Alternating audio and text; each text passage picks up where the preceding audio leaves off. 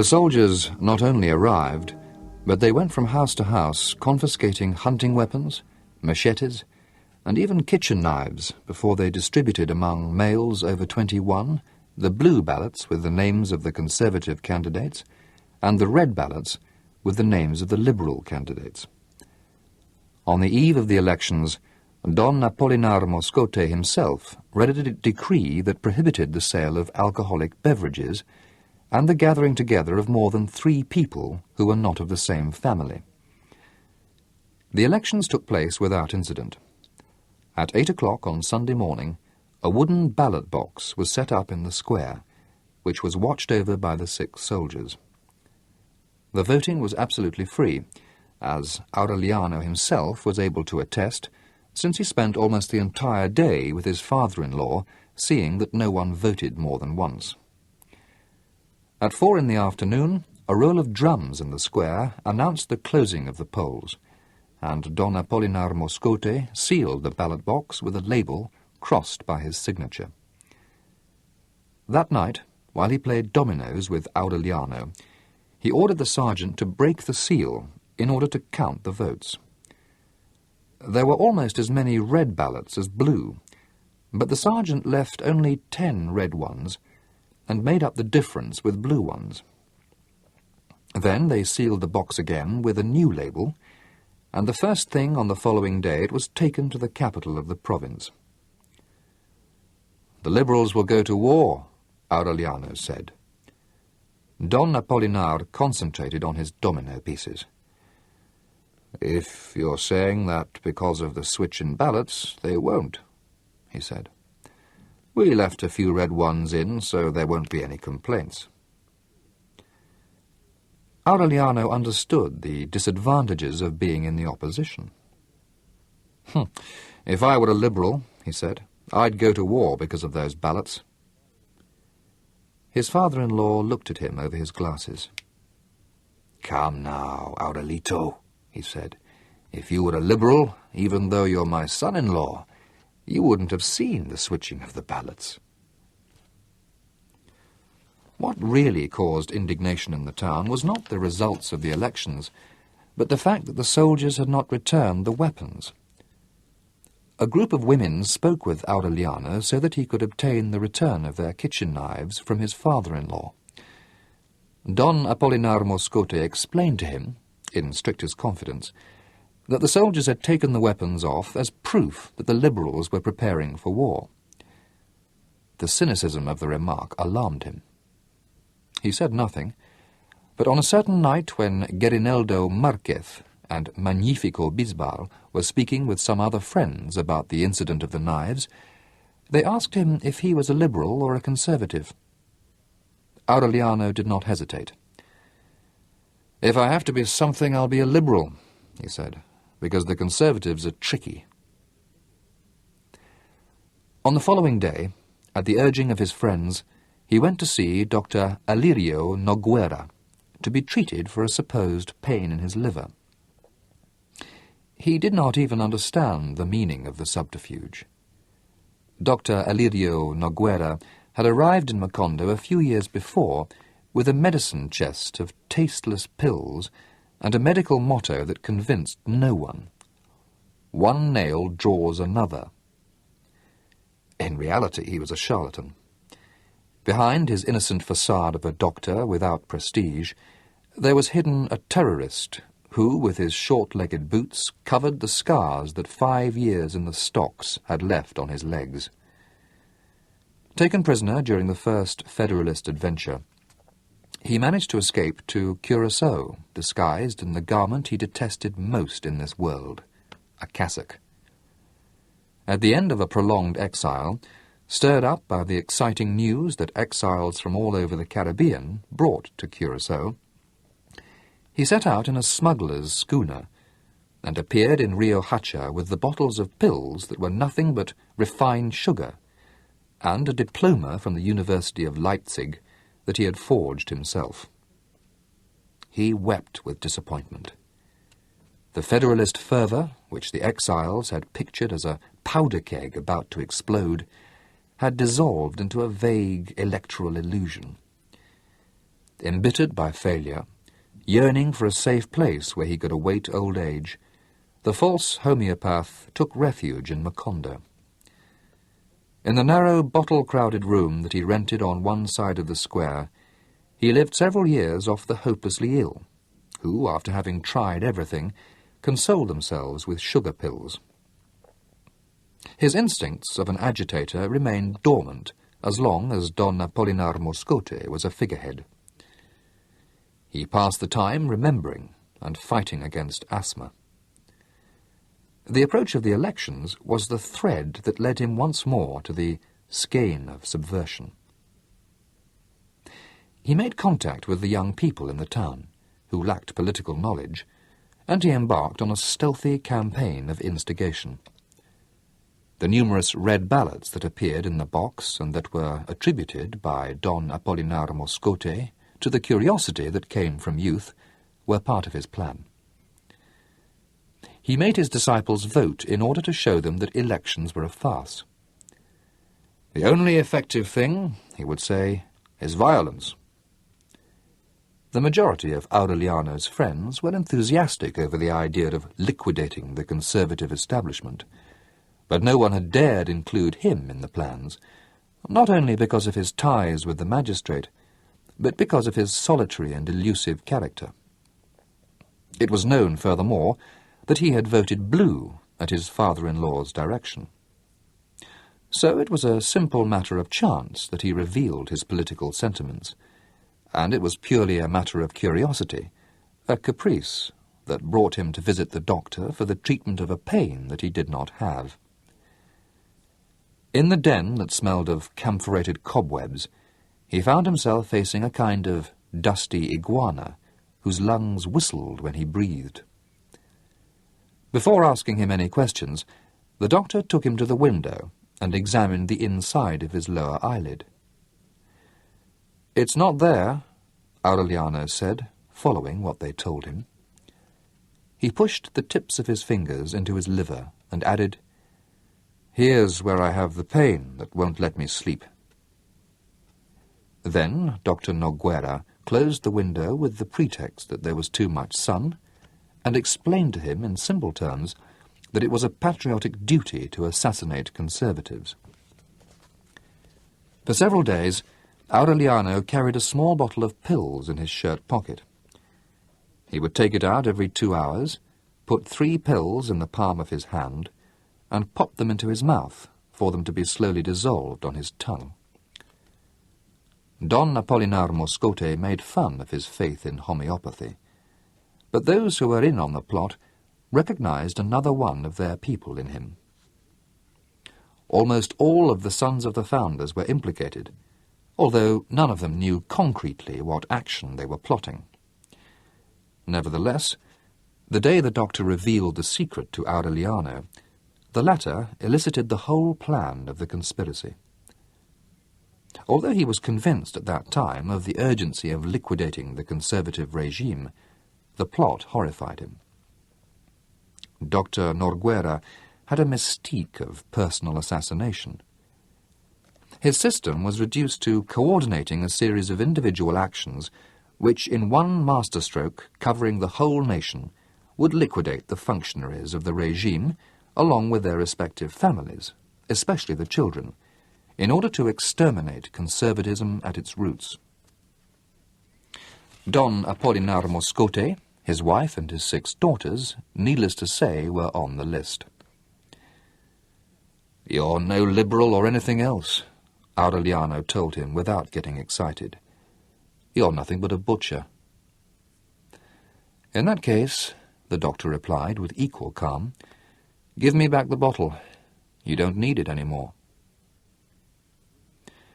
Only 6 months later did Aureliano learn that the doctor had given up on him as a man of action because he was a sentimental person with no future, with a passive character and a definite solitary vocation.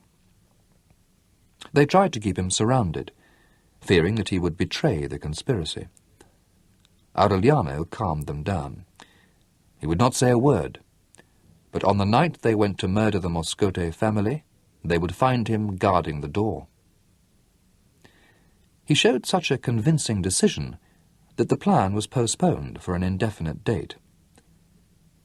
It was during those days that Ursula asked his opinion about the marriage between Pietro Crespi and Amaranta, and he answered that these were not times to be thinking about such a thing. For a week he had been carrying an old-fashioned pistol under his shirt. He kept his eyes on his friends. In the afternoon he would go and have coffee with José Arcadio and Rebecca, who had begun to put their house in order, and from 7 o'clock he would play dominoes with his father-in-law. At lunchtime he was chatting with Arcadio, who was already a huge adolescent, and he found him more and more excited over the imminence of war. In school, where Arcadio had pupils older than himself, mixed in with children who were barely beginning to talk, the liberal fever had caught on. There was talk of shooting Father Nicanor, of turning the church into a school, of instituting free love. Aureliano tried to calm down his drive. He recommended discretion and prudence to him. Deaf to his calm reasoning, to his sense of reality, Arcadio reproached him in public for his weakness of character. Aureliano waited. Finally, in the beginning of December, Ursula burst into the workshop, all upset. "War's broken out!" War, in fact, had broken out 3 months before. Martial law was in effect in the whole country. The only one who knew it immediately was Don Apolinar Moscote, but he did not give the news even to his wife, while the army platoon that was to occupy the town by surprise was on its way. They entered noiselessly before dawn, with 2 pieces of light artillery drawn by mules, and they set up their headquarters in the school. A 6 p.m. curfew was established. A more drastic search than the previous one was undertaken, house by house, and this time they even took farm implements. They dragged out Dr. Noguera, tied him to a tree in the square, and shot him without any due process of law. Father Nicanor tried to impress the military authorities with the miracle of levitation, and had his head split open by the butt of a soldier's rifle. The liberal exaltation had been extinguished into a silent terror. Aureliano, pale, mysterious, continued playing dominoes with his father-in-law. He understood that in spite of his present title of civil and military leader of the town, Don Apolinar Moscote was once more a figurehead. The decisions were made by the army captain, who each morning collected an extraordinary levy for the defence of public order. 4 soldiers under his command snatched a woman who had been bitten by a mad dog from her family and killed her with their rifle butts. One Sunday, 2 weeks after the occupation, Aureliano entered Gerineldo Marquez's house and, with his usual terseness, asked for a mug of coffee without sugar. When the 2 of them were alone in the kitchen, Aureliano gave his voice an authority that had never been heard before. "Get the boys ready," he said. "We're going to war." Gerineldo Marquez did not believe him. "With what weapons?" he asked. "With theirs," Aureliano replied. Tuesday at midnight, in a mad operation, 21 men under the age of 30, commanded by Aureliano Buendia, armed with table knives and sharpened tools, took the garrison by surprise, seized the weapons, and in the courtyard executed the captain and the 4 soldiers who had killed the woman. That same night, while the sound of the firing squad could be heard, Arcadio was named civil and military leader of the town. The married rebels barely had time to take leave of their wives, whom they left to their own devices. They left at dawn, cheered by the people who had been liberated from the terror, to join the forces of the revolutionary General Victorio Medina, who, according to the latest reports, was on his way to Manaure. Before leaving, Aureliano brought Don Apolinar Moscote out of a closet. "Rest easy, father-in-law," he told him. "The new government guarantees on its word of honour your personal safety and that of your family." Don Apolinar Moscote had trouble identifying that conspirator in high boots and with a rifle slung over his shoulder with the person he had played dominoes with until 9 in the evening. "This is madness, Aurelito," he exclaimed. "Not madness," Aureliano said. "War. And don't call me Aurelito any more. Now I'm Colonel Aureliano Buendia." Colonel Aureliano Buendia organized 32 armed uprisings, and he lost them all. He had 17 male children by 17 different women, and they were exterminated one after the other on a single night before the oldest one had reached the age of 35. He survived 14 attempts on his life, 73 ambushes, and a firing squad. He lived through a dose of strychnine in his coffee that was enough to kill a horse. He refused the Order of Merit, which the President of the Republic awarded him. He rose to be Commander-in-Chief of the revolutionary forces, with jurisdiction and command from one border to the other, and the man most feared by the government. But he never let himself be photographed. He declined the lifetime pension offered him after the war, and until old age he made his living from the little gold fishes that he manufactured in his workshop in Macondo. Although he always fought at the head of his men, the only wound that he received was the one he gave himself after signing the Treaty of Neerlandia, which put an end to almost 20 years of civil war. He shot himself in the chest with a pistol, and the bullet came out through his back without damaging any vital organ. The only thing left of all that was a street that bore his name in Macondo.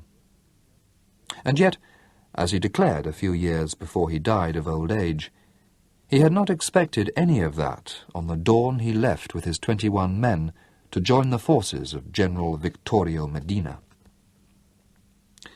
"We leave Macondo in your care," was all that he said to Arcadio before leaving. "We leave it to you in good shape. Try to have it in better shape when we return." Arcadio gave a very personal interpretation to the instructions. He invented a uniform with the braid and epaulettes of a marshal, inspired by the prince in one of Melchiadesh's books, and around his waist he buckled the sabre with gold tassels that had belonged to the executed captain. He set up the 2 artillery pieces at the entrance to town, put uniforms on his former pupils, who had been aroused by his fiery proclamations, and let them wander through the streets armed in order to give outsiders an impression of invulnerability.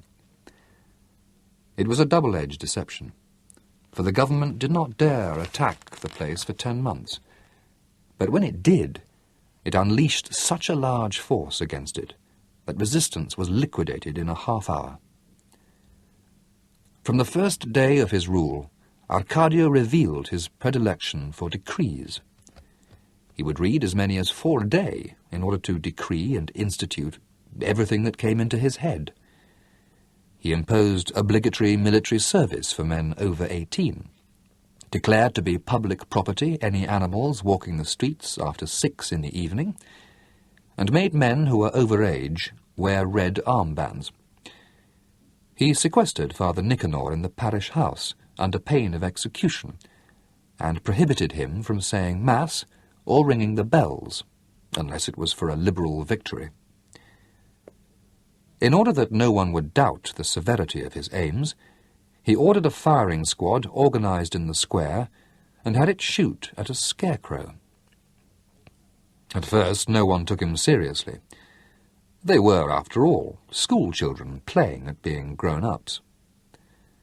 But one night, when Arcadio went into Caterino's store, the trumpeter in the group greeted him with a fanfare that made the customers laugh, and Arcadio had him shot for disrespect for the authorities.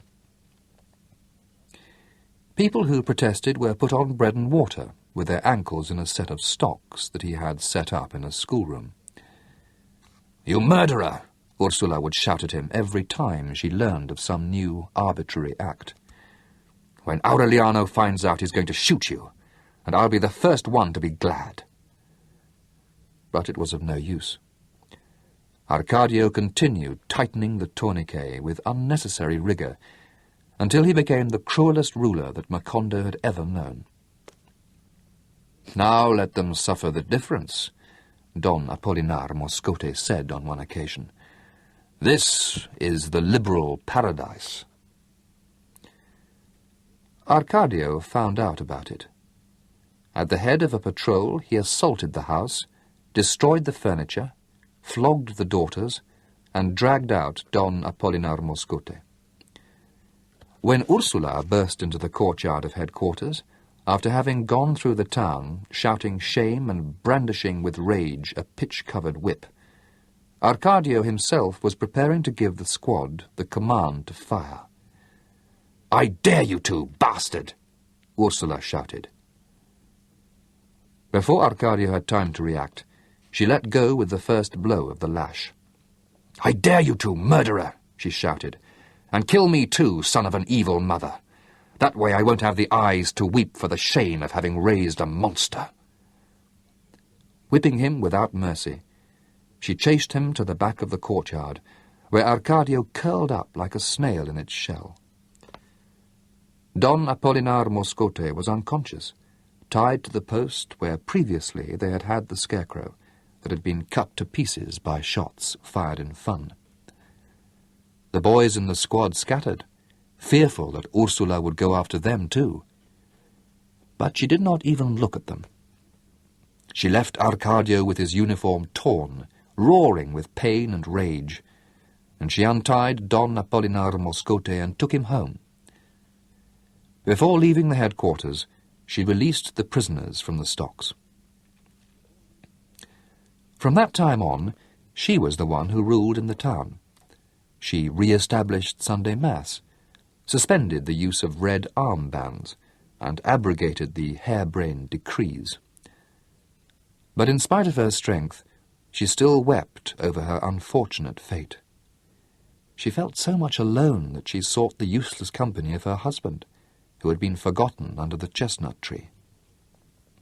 "Look what we've come to," she would tell him, as the June rains threatened to knock the shelter down. "Look at the empty house, our children scattered all over the world, and the two of us alone again, the same as in the beginning." José Arcadio Buendía, sunk in an abyss of unawareness, was deaf to her lamentations. At the beginning of his madness, he would announce his daily needs with urgent Latin phrases. In fleeting, clear spells of lucidity, when Amaranta would bring him his meals, he would tell her what bothered him most, and would accept her sucking glasses and mustard plasters in a docile way. But at the time when Ursula went to lament by his side, he had lost all contact with reality. She would bathe him bit by bit as he sat on his stool, while she gave him news of the family. "Well, Aureliano went to war more than 4 months ago, and we haven't heard anything about him," she would say, scrubbing his back with a soaped brush. "José Arcadio came back a big man, taller than you, and all covered with needlework, but he only brought shame to our house." She thought she noticed, however, that her husband would grow sad with the bad news. Then she decided to lie to him. "You won't believe what I'm going to tell you," she said, as she threw ashes over his excrement in order to pick it up with the shovel. "God willed that José Arcadio and Rebecca should get married, and now they're very happy." She got to be so sincere in the deception that she ended up by consoling herself with her own lies. "Arcadio is a serious man now," she said, "and very brave, and a fine-looking young man with his uniform and sabre." It was like speaking to a dead man, for José Arcadio Buendía was already beyond the reach of any worry. But she insisted. He seemed so peaceful, so indifferent to everything that she decided to release him. He did not even move from his stool. He stayed there, exposed to the sun and the rain, as if the thongs were unnecessary, for a dominion superior to any visible bond kept him tied to the trunk of the chestnut tree. Towards August, when winter began to last forever, Ursula was finally able to give him a piece of news that sounded like the truth. "Would you believe it that good luck is still pouring down on us?" she told him. "Amaranta and the pianola Italian are going to get married." Amaranta and Pietro Crespi had in fact deepened their friendship, protected by Ursula, who this time did not think it necessary to watch over the visits. It was a twilight engagement. The Italian would arrive at dusk, with a gardenia in his buttonhole, and he would translate Petrarch's sonnets for Amaranta. They would sit on the porch, suffocated by the oregano and the roses, he reading and she sewing lace cuffs, indifferent to the shocks and bad news of the war, until the mosquitoes made them take refuge in the parlour. Amaranta's sensibility, her discreet but enveloping tenderness, had been weaving an invisible web about her fiancé, which he had to push aside materially with his pale and ringless fingers in order to leave the house at 8 o'clock. They had put together a delightful album with the postcards that Pietro Crespi received from Italy. They were pictures of lovers in lonely parks, with vignettes of hearts pierced with arrows and golden ribbons held by doves. "I've been to this park in Florence," Pietro Crespi would say, going through the cards. "A person can put out his hand and the birds will come to feed." Sometimes, over a watercolour of Venice, nostalgia would transform the smell of mud and putrefying shellfish of the canals into the warm aroma of flowers. Amaranta would sigh, laugh, and dream of a second homeland of handsome men and beautiful women who spoke a childlike language, with ancient cities of whose past grandeur only the cats among the rubble remained. After crossing the ocean in search of it, after having confused passion with the vehement stroking of Rebecca, Pietro Crespi had found love. Happiness was accompanied by prosperity. His warehouse at that time occupied almost a whole block, and it was a hothouse of fantasy, with reproductions of the bell tower of Florence that told time with a concert of carillons, and music boxes from Sorrento, and compacts from China that sang 5-note melodies when they were opened, and all the musical instruments imaginable, and all the mechanical toys that could be conceived. Bruno Crespi, his younger brother, was in charge of the store, because Pietro Crespi barely had enough time to take care of the music school. Thanks to him, the Street of the Turks, with its dazzling display of knickknacks, became a melodic oasis where one could forget Arcadio's arbitrary acts and the distant nightmare of the war.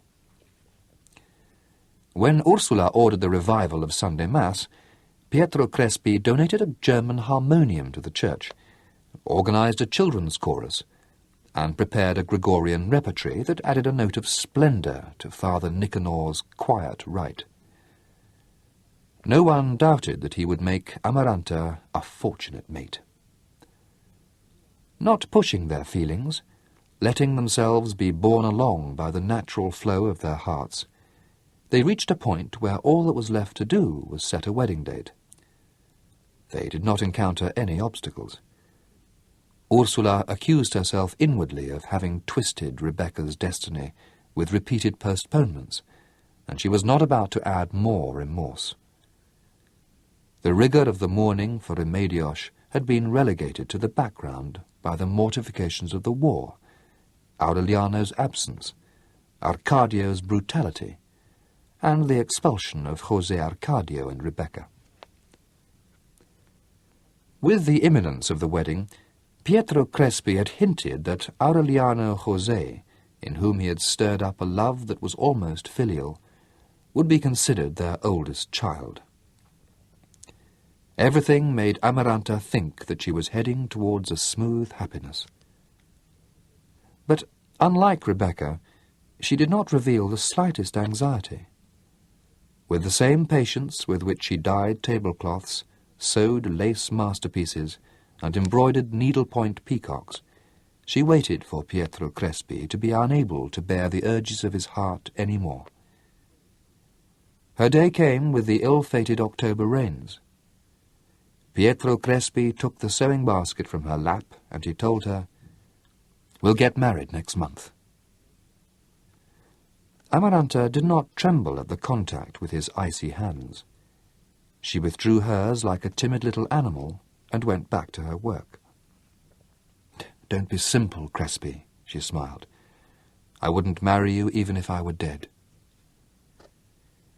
Pietro Crespi lost control of himself. He wept shamelessly, almost breaking his fingers with desperation, but he could not break her down. "Don't waste your time," was all that Amaranta said. "If you really love me so much, don't set foot in this house again." Ursula thought she would go mad with shame. Pietro Crespi exhausted all manner of pleas. He went through incredible extremes of humiliation. He wept one whole afternoon in Ursula's lap, and she would have sold her soul in order to comfort him. On rainy nights he could be seen prowling about the house with an umbrella, waiting for a light in Amaranta's bedroom.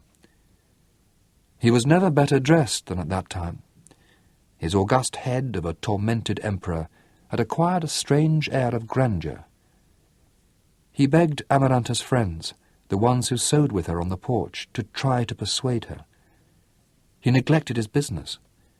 He would spend the day in the rear of the store writing wild notes, which he would send to Amaranta with flower petals and dried butterflies, and which she would return unopened. He would shut himself up for hours on end to play the zither. One night he sang.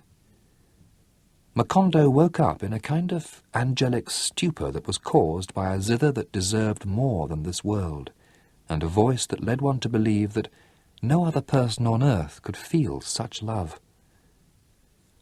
Pietro Crespi then saw the lights go on in every window in town, except that of Amaranta. On November 2nd, All Souls' Day, his brother opened the store and found all the lamps lighted, all the music boxes opened, and all the clocks striking an interminable hour. And in the midst of that mad concert, he found Pietro Crespi at the desk in the rear, with his wrists cut by a razor and his hands thrust into a basin of benzoin.